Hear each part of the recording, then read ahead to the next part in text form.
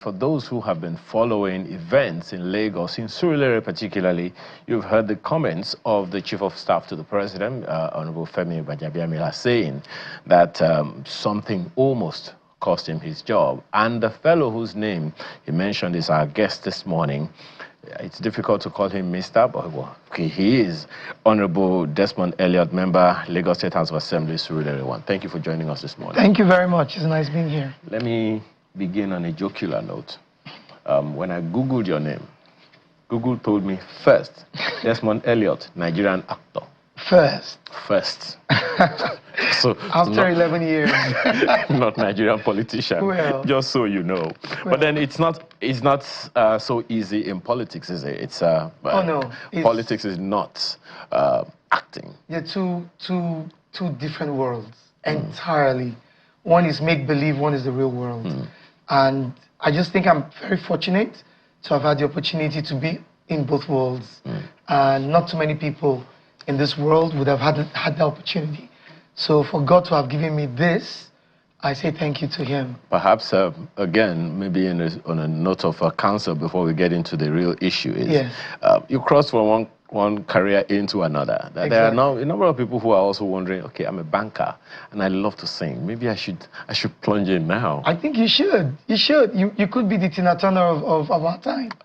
Why did you have to go first to the female? I'm offended. Okay, I'll have to think of a man who There's only one you should have thought about now, and that's it? Michael Jackson. Ah. The fact that you didn't think about that one, I'm offended. My apologies for that. My apologies. All right. Now let's get to it. Thank you. Recently, which is what is causing the furore, is the Chief of Staff to the President, Mr. Femi Gbajabiamila, who says he had a high level of respect for you, made some comments that's become news. And I'm sure that news came to you quite as some kind of shock.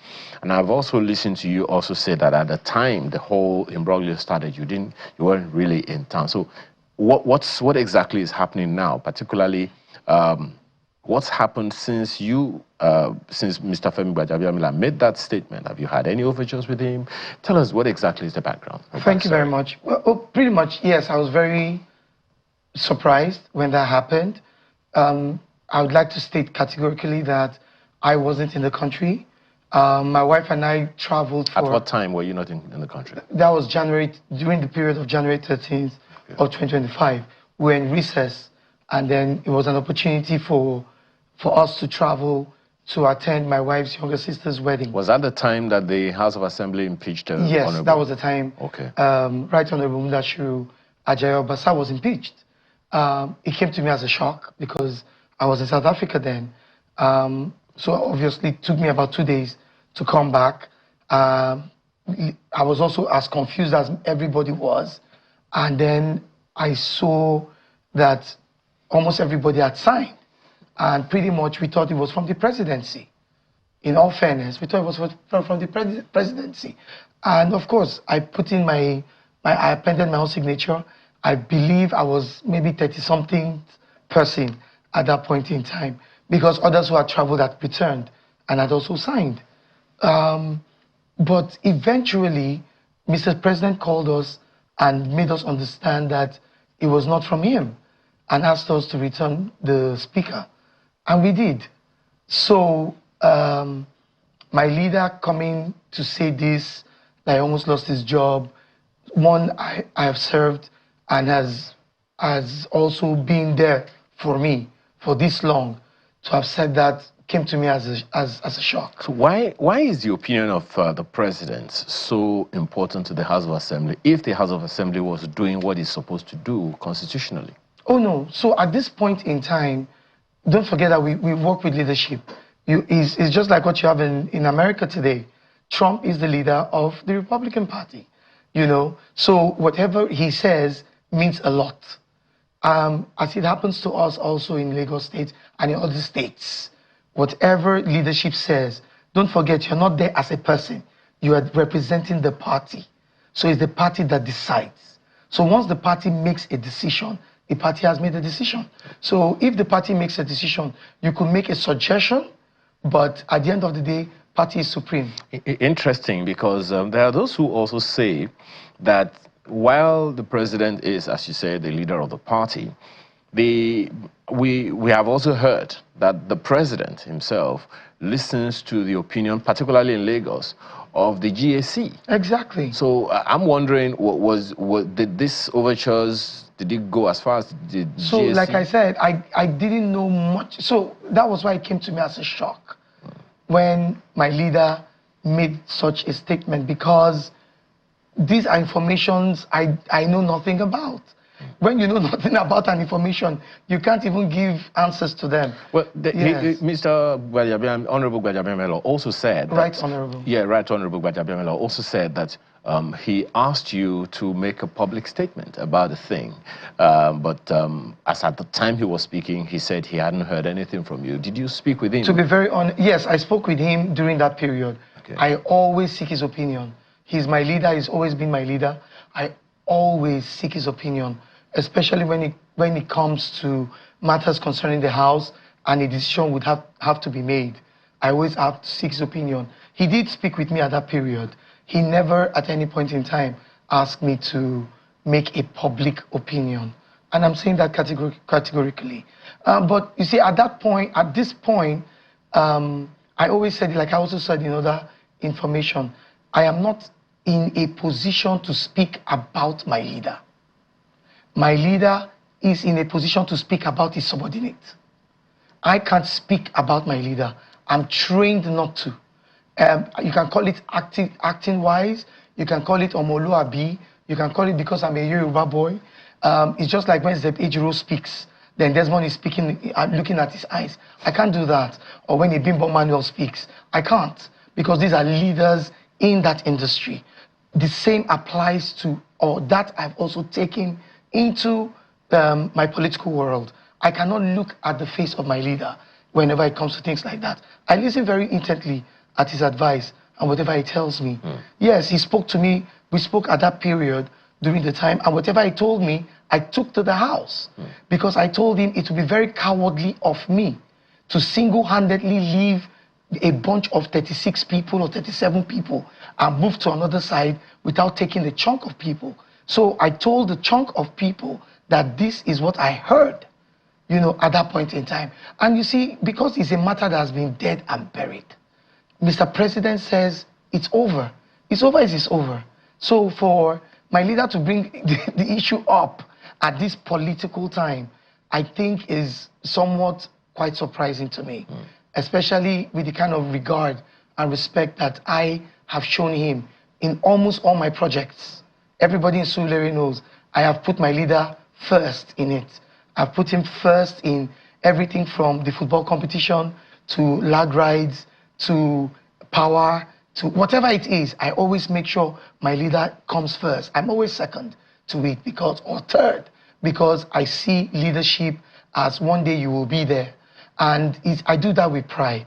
Even when people say, why do you always do this? I say it doesn't matter. He is the leader of Surulere. That you must accord to him.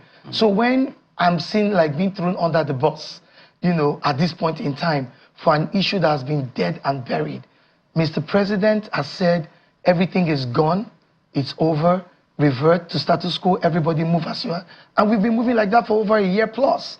So revisiting that situation is not something I think I want to revisit. Okay, but clearly that issue is not as buried as you thought. Somehow no, I think it has come alive. That's why we have the party structure. Okay. And I believe so much in the All Progressives Congress party structure. We have such a formidable party structure that I think through investigations they'll be able to do that. But I do not see myself standing hand in hand or one-to-one with my leader, someone I've respected for over 12 years. Is there any chance of you having a conversation with him just to understand what exactly is happening? Because for him to have made that public statement, yes, at what looked like a town hall meeting, exactly, then he must have some kind of information. And it's also perhaps a bit surprising that even at that meeting, one would have expected that he was going to talk about it. You would be there at that meeting. Do you have any idea where that meeting held and why you weren't there? I understood he held at the local government council. In your constituency? In the constituency, yes. Okay. I wasn't around at that period, even though I wasn't invited. I'm not sure I couldn't give details of that meeting, really. But what I do know is it was a topic that was already dead and buried. It was sorted out. The House is already moving on. The House has been moving. Right Honorable Mudashiru Ajay-Obasa continued as Speaker of the House. I did not mastermind anything. I had nothing at all. Nothing at all. The only thing I did was to append my signature when I came back and I saw a bunch of us, you know, if not all of us had already appended the signature to saying, oh, it was the party who wanted it. But eventually, the man, the number one, Asiwaju, called and said, I didn't order that thing. I didn't know anything. Do you have any idea where it came from? Where can an ant in all of this find what's my business in all of that? My business is follow the structure, make sure you are accountable to your people. Don't forget, I'm a representative. I'm not an investigator. I'm not a whatever. As a representative, my job is lobby the dividends of democracy to your people. Could it be because there are those who have also considered maybe this is some way of people saying, okay, we've had enough of Honorable Elliot. Let's bring someone else. Well, I don't think that will be the voice of the people, which is why, in the benevolence and magnanimity of Mr. President, also said, everybody go and test your popularity. Okay. Go out and do direct primaries. So that's why you are not, withdrawing for the candidate. Because I was not asked by him, my leader. Never. Okay. I went, even the day I declared, I flew to Abuja. On that day, I declared my intentions. The day I bought my form, I flew to Abuja to go and to see him again, to tell him, Oga, which is how I call him, Oga, I am here again. You know, but at the end of the day, I am here to also serve the people. Okay. I do have leadership. I do have the people. And if the people, so the president has said, let the people decide. If they want you to continue, they would let you continue. If they don't. So the issue I would like to bring here is in the issue that I raised 2 days or 3 days ago about intimidation. You know, and I think that is a matter that must really be dealt with. And I'm hoping that the party stalwarts and party leadership should look seriously into it. Who is intimidating who? I don't know who the who is, but what I do know is we are being intimidated in Surulere. If you know you are popular and you are on ground, do not intimidate the people. Okay. Now, we also understand that, yes. Well, news report says that the DG of your campaign says he will decamp from the Desmond group to the Barakat group. Are you aware of that? No, my DG is still very much with me, but I do have some of my people in my think tank that we're also working at the local government and have been sacked. And they have to survive. Some of them have called me crying. We've cried together. And I said, my brother, go back, go and feed your family. If it means you have to stop. But you see, these are things that must stop.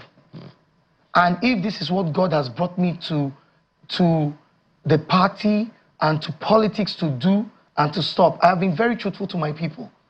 If people can come into my house, sit down, 6 a.m., 7 a.m., 10 a.m., and then you can open yourself entirely to your people, then you can be able to say stop. So you can stop, sir, I'm sorry, stop the intimidation of people. Stop coercing them. Now they've told him they are going to stop the revenue he's receiving, he's getting for the local government because he's one of my supporters. So who is this intimidator, if I can use the word? Obviously, I've called the local government. So if you hear the local government, you know who the head of the local government is. So that's the chairman. Who apparently happens to be my friend. That's the chairman of the local government? But the chairman of the council, obviously, we're all loyal to one person.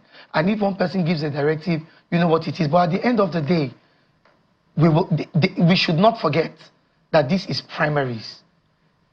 Surulerians are watching. They are seeing. They know those who are accessible. They know those who they call. They know those who go to the hospitals. They know those who take care of the widows. They know those who answer phone calls. They know the people who are on ground. And that is what Asiwaju Bola Ahmed Tinubu has been asking everybody to look out for. Look out for those people who are doing these things, who are accessible, because they are the ones that will bring APC back to power. Now I'm twisting people, I'm forcing people into doing other people that are not popular on ground, and you think that there's no general election.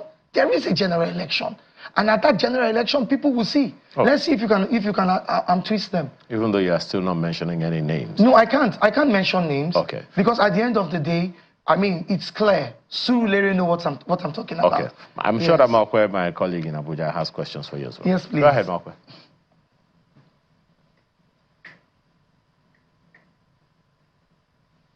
Well, it's a pretty tricky situation, Honorable Desmond Elliot. I mean, just looking at what it is that has happened, this is the first time that you've had, well, I say big issues like this, and they're major issues, especially when you hear from someone that you view and an action that you took. You have said you usually take instructions now, but you take your cue from the leadership. At the time when you saw the paper where everyone had signed, you know, removing Honorable Mudashiru, Right Honorable Mudashiru Obasa as a speaker, did you try to make any findings as to what exactly it was about? Yes, I actually, thank you very much. And it's so nice talking to you. Last time we spoke was 10 years ago when you congratulated me, if you can remember. But anyways, yes, I did. I called a few of my friends, close friends who are colleagues, and I'm like, why una not tell me, see, this kind of thing they happen? And they say, but you know they're around now. We don't know. Now, as we see them, I mean, this is how we speak. And so basically, it's more like saying we follow the bandwagon. But at the end of the day, the leader of the party called a meeting, and it was sorted. Everybody did the apologies. Everybody, as a matter of fact, if we could recall, on that same day as we were leaving the villa, because the chief of staff was at the villa, I came down from the bus, and many of my colleagues can attest to that, with one of my colleagues, and we went to see the chief of staff, not only to thank him, but to show solidarity, to say thank you, sir, love you, you know, because everybody knows how much I have truly love this, the leader in Surulere. And that's how it went. So yes, I asked some of my colleagues what had happened, you know. And then, so yes, that's yes, the you asked your colleagues, but not the leadership. So leadership at this point was, if you remember, the lady had come in, which is Honorable Miranda had come in at this point as speaker, and you know, we just got feedback from that, and that's it. You know, you must understand that in politics you have to be very, very careful and extremely careful, which is why I tread very carefully in politics. You can't hear this or hear that. So you follow as the leadership in the House. The House is a separate arm of government, and the leadership starts from the speaker down. So when you listen to the speaker at this point, which is the woman who had come in, Right Honorable Miranda had come in at this point, and we listened and we came down. When I got another information, I called her. At this point, I was in Jos Plateau State, celebrating the 60th anniversary of St. John's College. And I told her on video call that I had gotten a different information, and I relayed it to her.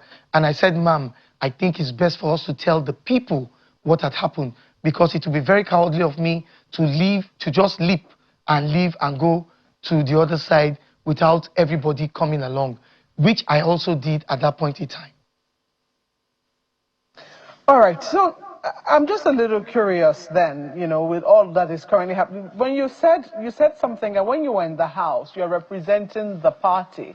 But at this point right now, when you're going to primaries, you're talking about what you have done for the people of Surulere. Who exactly do you represent? Do you represent the party, or do you represent the people? I represent the people, but I listen to the party because the party brings me in. Is the party, I mean, I didn't come in as Desmond Elliot. I came in as an APC representative. But once I come in as a representative, whether you're in UNN, APC, GGP, KKA, I represent you, and I show, and that I have shown in everything I've done. In areas of road infrastructure, many roads have lobbied through into Surulere. Solar lights, as you've seen today, a lot of solar lights have been. If you come into Lagos, Surulere today, you find out from Akerele down to Adeniro Guswanya, Akinshemoyi, Eric Moore, Bode Thomas, Western Avenue, Ogulano Drive. Everywhere is lit up with solar-powered electricity. I've also been involved in the injection power substation, to which I had the land given.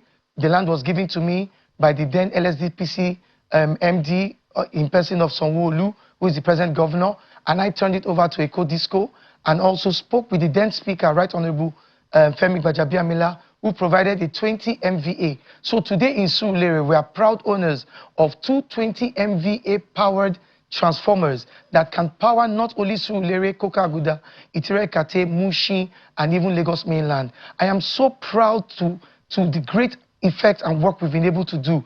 In terms of prepaid meters, we know that they've been doing a lot of estimated billings. Today in Surulere, you can't find that. You find very minimally. I have been very instrumental into making sure that a lot of prepaid meters have been given out. What I'm focusing right now is to make sure that the macro and micro water substations we have in Surulere will work for the people of Surulere, and we are already working on it because we are trying to make sure Ajinyo works and Iju Water works. And if those two don't work, we'll make sure that Surulere itself can supply water to Surulereans. And that is the reason. That's my scorecard. I'm saying base this on scorecard, not on intimidation, not on telling people not to come out on the day of election, not to tell them that you're going to do this and I'm not going to get them into the empowerment. What is empowerment? Cars that will go and die? Please, I want to speak to the people of Surulere. The life of your children rely on the people who represent you. We have been doing it and will continue to do it. If you know Desmond, Elliot have been doing it for you, you can knock on my door. I have never told one person, any day, any time, to go out of my house when they come knocking. I will never do that. As long as God has given me the strength. And I'm telling you today that I will not stop at doing it as long as you give me the opportunity. Do not be intimidated. Do not be afraid. Come out on Wednesday tomorrow and come and vote for the candidate of your choice. And guess who that candidate is? So I take it this is the first time you've had to face this level of intimidation. Is that correct in your constituency? Yes, ma'am. And also I had two personnels given to me about 3 weeks ago because of an incident that happened. And all of a sudden they just called me out of the blues and said they were asked to leave. And I'm like, leave for where? So doesn't this tell you that perhaps, you know, someone might be beating the drums behind the scene that perhaps you're no longer wanted? By whom? By the people? I'm here to, I'm answerable to the people. By the leaders, perhaps? No, it cannot be the leaders. APC is not like that. The APC, so let's be very clear about this. The All Progressives Congress is not an intimidating, we might have people in the APC doing this, but not the APC. And I know Asiwaju Bola Ahmed Tinubu will definitely frown when he discovers, because I know he will do his investigation and he will find out who has ordered for that to have happened. So with that, my life is now at risk. So, but I am here. I'm noting the fact that you have been very careful, you know, you have been very careful to continue to pledge your loyalty to the leadership. I mean, you're wearing a T-shirt that has the president's face in it. You've been saying that, you know, the president is a leader of the party, etc., etc. However, all of this, it would seem, whatever it is we've been experiencing in the last 3 weeks up until now, you know, gained even more traction after the Right Honorable former Speaker, now Chief of Staff, you know, had that engagement, which went viral, where some people will say, I don't want to use the term, but I can't find another, threw you under the bus. So like I said, I couldn't tell why my leader, Right Honorable Femi Gbajabiamila, raised that topic up, because even after that time, we have had series of engagements. I have visited him countless times at the villa. We have had smooth relationship. So, I mean, he will be in a better position to answer that question. But I do not think it's something, and like I said, as an Omoluabi, let's not forget that the tenets of a Yoruba person is what I am and how I have been brought up. I could never look up to a leader and speak about him. I think leadership to leadership should be able to handle that. It's my job to say there is a situation at hand. Can leadership look at it? I don't want to get myself involved in it. What I am against, what I am firmly against is talking down and bringing people and intimidating people and sacking people, firing people from the local government because they are my supporters. I think it is wrong. I think it should not be done. And do not forget that people who are not partisan, who are just sitting on the fence, are watching. And don't forget that there is a general election coming up soon. And I want to support Bola Ahmed Tinubu to return as president. And I want to be at the forefront of him coming back to bring the dividends of democracy. Because I know Bola Ahmed Tinubu has nothing but legacy to give to Nigerians. Let's give that opportunity. Now, they will now say, look at you. Look at what they've done to you. How can you now stand? So please, I want to beg those who are intimidating people. I want to beg Surulere local government, stop intimidating us. Do you think it's a good idea for you to bring this intimidation up with your leader, as you call Right Honorable Femi Gbajabiamila? To raise it up with him? Is he aware? I believe he's aware. Okay. I'm sure he's aware. Is this something you want to raise with him personally? Well, I could send a message, I could call him. Yes, I've tried to reach out to him on several occasions. You know, you know, like I said again, I always come back. You see, I'm one who is very strong with tradition, culture, and tenets. As a matter of fact, one of my greatest, hopefully Surulere brings me back, is bringing the Lagos State Orientation Agency, whereby we begin to start letting our people understand those things that are not in the Constitution, which is how we are as a people. Okay. Respect. So yes, my plan is, and the plan is for my boss and whoever it is to understand that we must stop intimidating people. Okay. I guess the coming days will tell us exactly. I hope so. What we're waiting to hear. Thank you so much for your time. Thank you very much, sir. Honorable Desmond Elliot, member, Lagos State House of Assembly, Surulere 1. We appreciate your time this morning. Thank you very much. We wish you the best.